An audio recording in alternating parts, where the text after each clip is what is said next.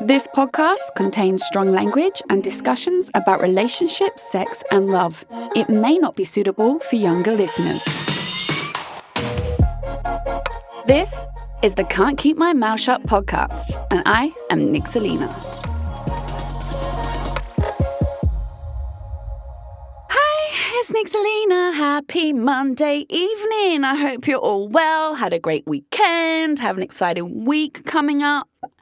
This one is for all my single people out there, and it is called Do Yourself a Favour, Delete All of Your Dating Apps. What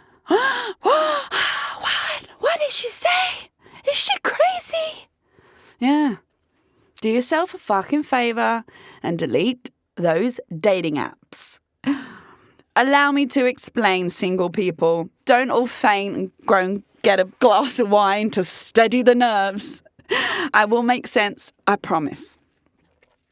So, depending on how long you've been single for, you've probably found that dating apps, for some reason, every now and again, get you overwhelmed. It's not just me, it's a lot of my girlfriends. There would be periods where they're like, I deleted all the apps. Just delete them, right? No, I need some time off. And then they'll re-download them again. And I have been a victim to that cycle myself. And it was a curious thing to me. I'm like, why is a few of us now, us single girls, I say us, I'm not now, but at the time, why are we doing that? Why do we feel the need to delete them, get them off our phones? Where's that overwhelming feeling coming from? And it was a very overwhelming feeling.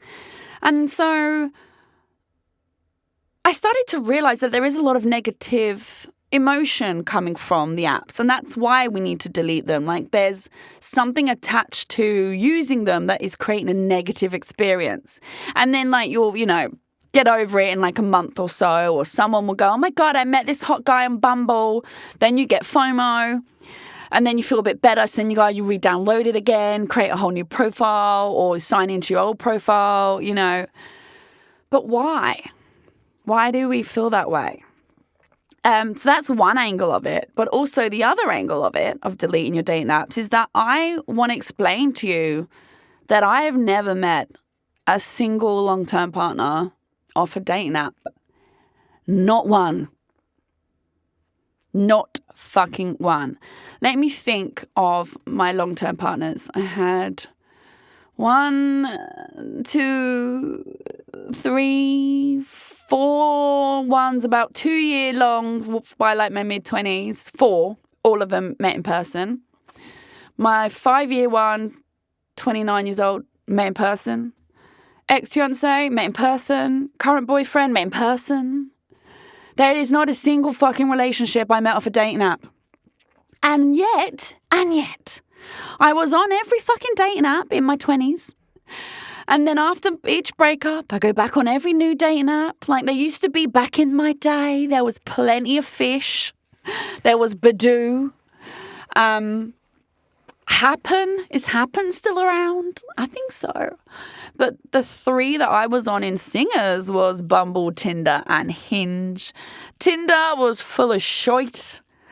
I just kept it, not once. I didn't even DM anyone on Tinder. It was like a safety net. I don't know why. I was mainly active on Bumble and Hinge. Never, ever did I find a partner from a dating app. Now, listen to what I'm saying. I'm not saying I didn't go on dates from dating apps. Yes, I fucking did. And they all turned out to be fucking troglodytes. What's a troglodyte? It's a demeaning term for men because it represents cave dwellers, a species that lives in fucking caves. Basically, imbeciles, right? Let's call them that. I met a plethora of imbeciles, and I would go on a date, 2 days, maybe 2 weeks, maybe it might reach a 2-week mark. Did it ever flourish into a relationship? Fucking no. And when I was thinking about this episode, there was one guy that come to mind, just one from my London days. And I met him on, I think it was Plenty of Fish back in the day. And Plenty of Fish was like our Tinder, as in it is a hookup. It was a hookup site. And I was actually seeing him for like 3 months. He was a football player for Tottenham, I think. But like not the main team, unless it was the main team. I can't remember, man. I remember football player at Tottenham. Huge dick as well. Huge. I remember that bit. I liked the guy. I actually did like the guy. We went out a couple of times. I introduced him to my friends a couple of times. He'd come over to mine quite a lot. And he had a girlfriend the whole time. What do you know? He had a girlfriend the whole fucking time. And then he tried to crawl back to me like a year later, and he was still with her, but he was just curious about one more night with me. Because I'm into kinky shit. She ain't. I mean, what a cunt, right? So this is what I'm trying to say. That's probably the longest, if you want to try and call it a relationship, experience I've had meeting a man off the apps. It never ends well. Don't ask me why. Because I have got stories of people meeting on the apps. One of my best friends and her partner, I adore her, I adore him. I know they met on the app. And I've heard really positive stories, but they're not common knowledge. They seem to be in the minority, right? And for me, every relationship I've had where it felt like it wasn't a naturally progressive relationship, it was an organic meeting. And it's just better. And I also feel like the universe sends you someone when you least expect it anyway. So when you're on the apps, like, apart from the fact that it doesn't seem fruitful, for me, it was never fruitful. Secondly, when you're swiping, you just feel like, it actually gets you down. You're like, I'm going to be fucking single till I'm dead. Every one of these are fucking ugly cunts. Like, or I don't fancy any of them, or they have morals or shit that I don't agree with, or they write, just looking for fun. Oh, and you're just like there swiping in the bath or watching TV or in the cab, just feeling more down than before you even went on the app. Or you do start talking to someone, you do get excited, you transfer it to WhatsApp, or perhaps you even have a first date, and they turn out to be even more of a cunt. And then you're even more down because you're like, like everyone I meet off their shit, like when is it my turn, right? Or there's the other option, like me, where you just pile up the fucking DMs and never respond because you're too fucking busy. And then, or you have a conversation going, then they suddenly stop talking to you. And then that sets off your insecurities. Like, I thought we were having a really good conversation and we didn't even get to like swapping number marks, and they've just unmatched me, or they've just stopped talking to me. Then you feel worried or insecure, or knocks your confidence. It's an endless negative cycle of emotion. In my opinion, it's what it is. And for what? Because it never ends well. I'm telling you, the eligible people out there, I don't think they're on apps. I really don't. I mean, saying that, I think my boyfriend was on an app. I think he was on Bumble. I can't remember. And he's very eligible. But I'm like, wow, maybe did I swipe left to him in like one pissed off dating app swiping session? Maybe. And that's the other thing, is it's so hard to tell about connection and tell people in real life for their fucking app, from their stupid profile, from the photos they've chosen, from the 3 pictures they put up, from the silly questions that they've answered. You can connect with someone in real life that you had no clue you'd ever connect with, ever. Like, it can be a real shock to your system. And an incredible, surprising experience. But would you have swiped? No. I always said, like, my ex-fiancé, if I'd met him I wouldn't have met him on an app. I would have swiped left. Didn't fancy him. I can say that now because he was a cunt.